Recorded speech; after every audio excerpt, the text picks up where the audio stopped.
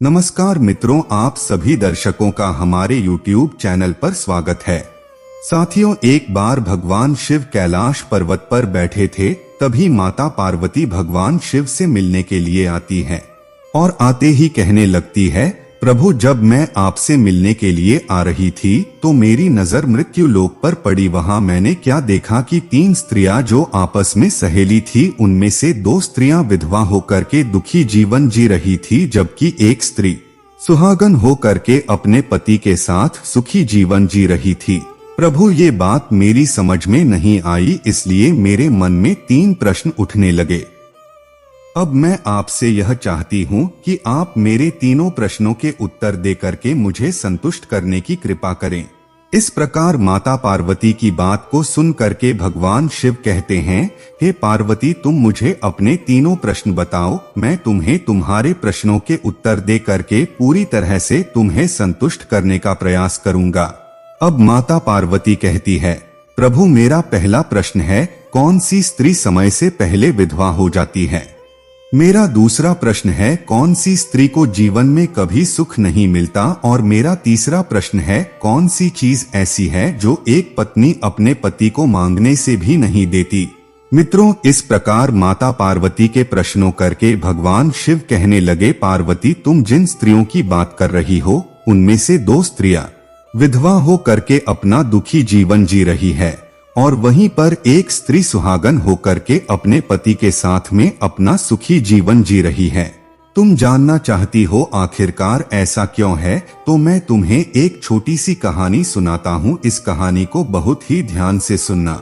भगवान शिव माता पार्वती जी से कहते हैं, सबसे पहले मैं तुम्हें उस स्त्री की कहानी सुनाता हूँ जो सुहागन बनकर के सुखी जीवन जी रही है।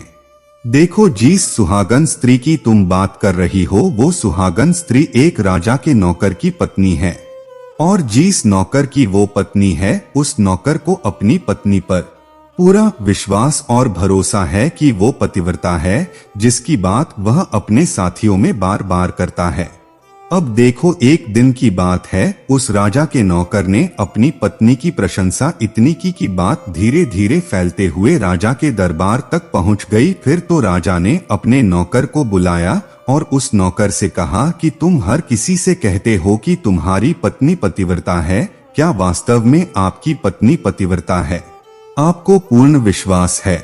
इस प्रकार राजा की बात सुनकर के नौकर कहने लगा, महाराज मुझे पूरा विश्वास है और पूरे से भी आगे विश्वास है कि मेरी पत्नी पूरी तरह से पतिव्रता है। अब उसी समय पर राजा का महामंत्री कहने लगता है, यदि मैं तेरी पत्नी का पतिव्रत धर्म खंडित कर दूं तो तुझे क्या सजा मिलनी चाहिए? फिर तो नौकर ने कहा, यदि तुम मेरी पत्नी का धर्म खंडित कर देते हो तो महाराज मुझे फांसी लगा देना। अब उधर वो राजा का नौकर भी मंत्री से कहता है, यदि महाराज ये मेरी पत्नी का पतिव्रत धर्म खंडित नहीं कर पाए तो इनको सजा क्या मिलनी चाहिए? तो राजा ने कहा कि मंत्री को भी फांसी की सजा दी जाएगी।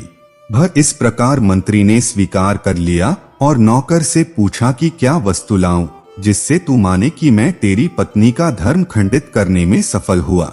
तो नौकर ने कहा, मंत्री यदि तुम मेरे घर से जाकर के मेरे विवाह के समय पर मुझे एक पटका मिला था और एक कटार मिली थी जो दूल्हे को देते हैं, वो मेरी पत्नी ने बहुत ही संभाल कर रखी है, जो सेवा की निशानी मानी जाती है।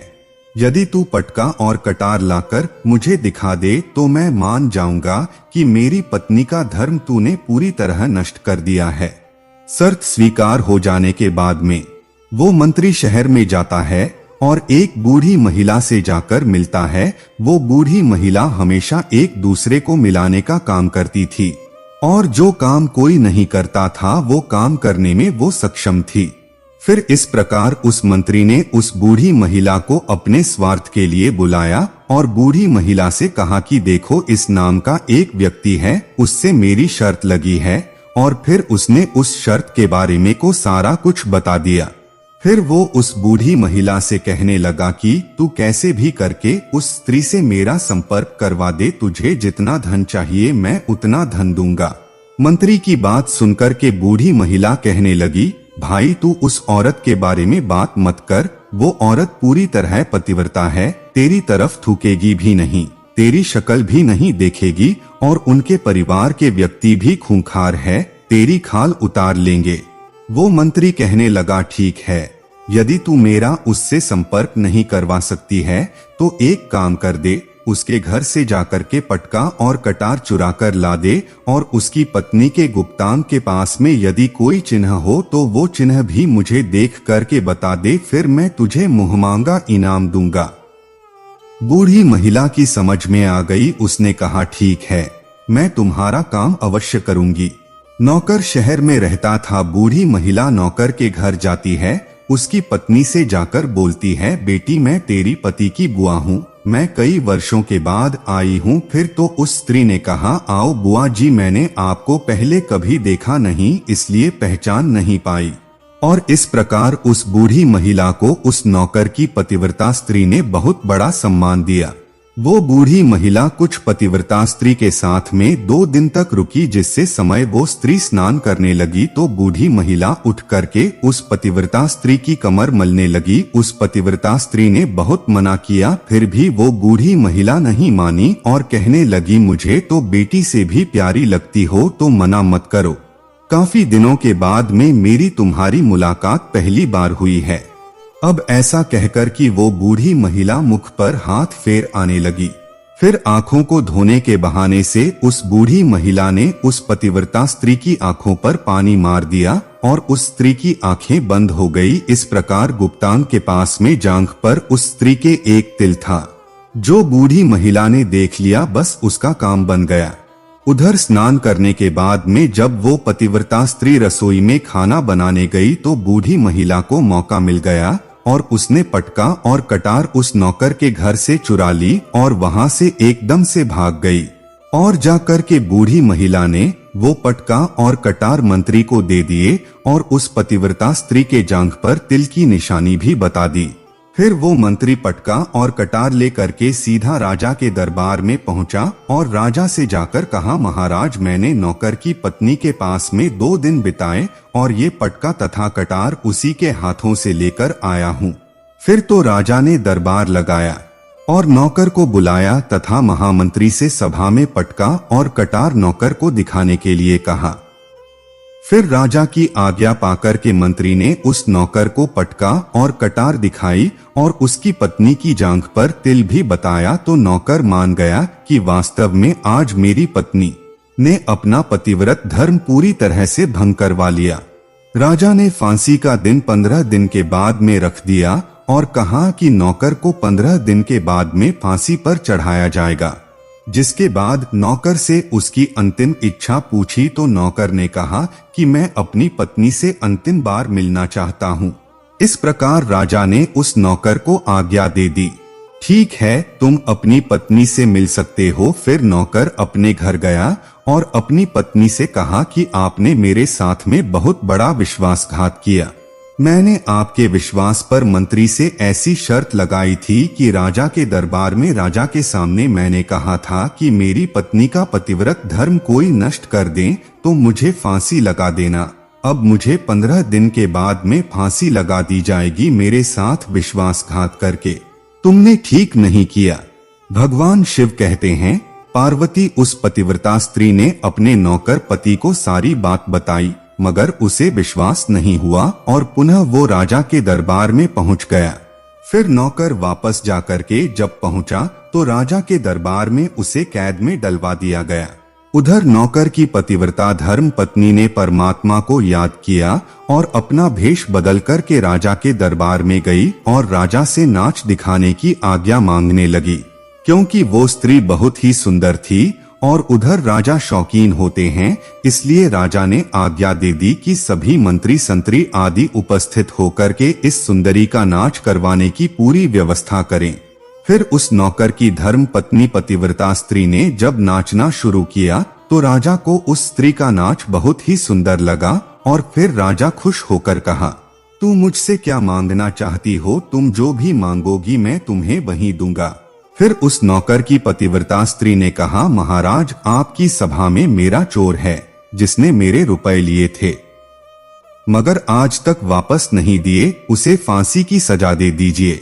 अब राजा ने कहा, ठीक है, बताओ मेरे दरबार में तुम्हारा चोर कौन है, उसका नाम क्या है, मैं उसको फांसी की सजा अवश्य दूंगा। उस नौकर की पतिव्रता स्त्री ने कहा, महाराज आपका मंत्री मेरा चोर है, आप इनको फांसी की सजा अवश्य दें। अब उधर जैसे ही मंत्री ने सुना कि ये सुंदरी मुझे अपना चोर बता रही है, तो मंत्री कहने लगा, महाराज मैं कसम खाकर कहता हूँ कि मैंने इसका कभी कुछ नहीं चुराया है, मैंने इसे आज तक कभी देखा ही नहीं है, तो मैं इसकी चोरी कैसे कर सकता हूँ, मैंने आज तक इसकी शक्ल ही नहीं देखी है।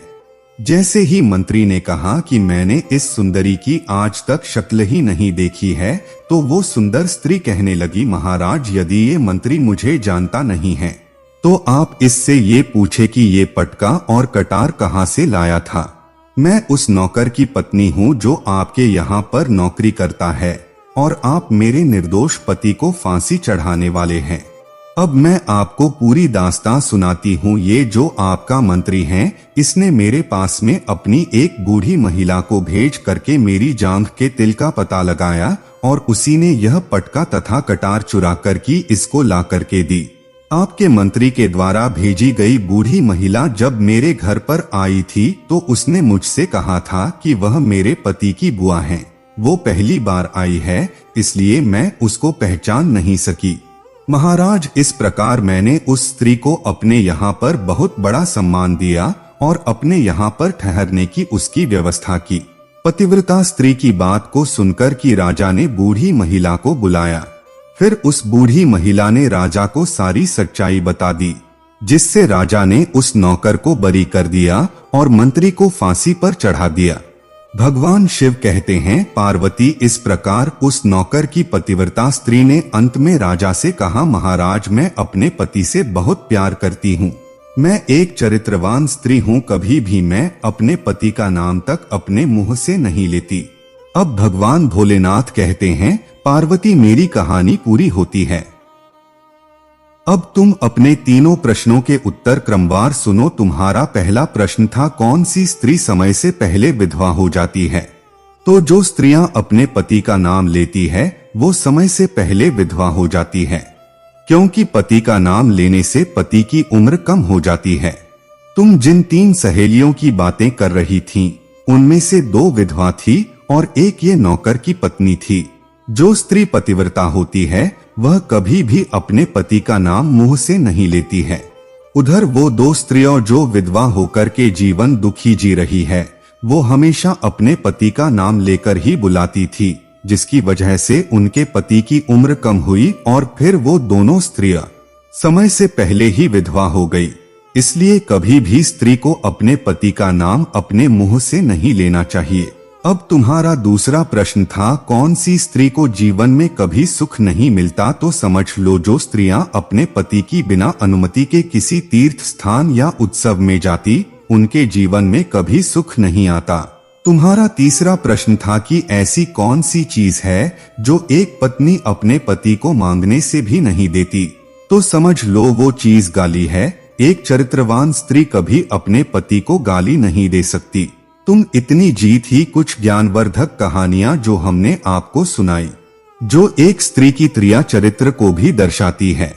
अगर आपको हमारी यह प्रस्तुति महत्वपूर्ण लगे हुए इस वीडियो को लाइक करते हुए हमारे चैनल को ऐसे ही कहानियों से जुड़े रहने के लिए सब्सक्राइब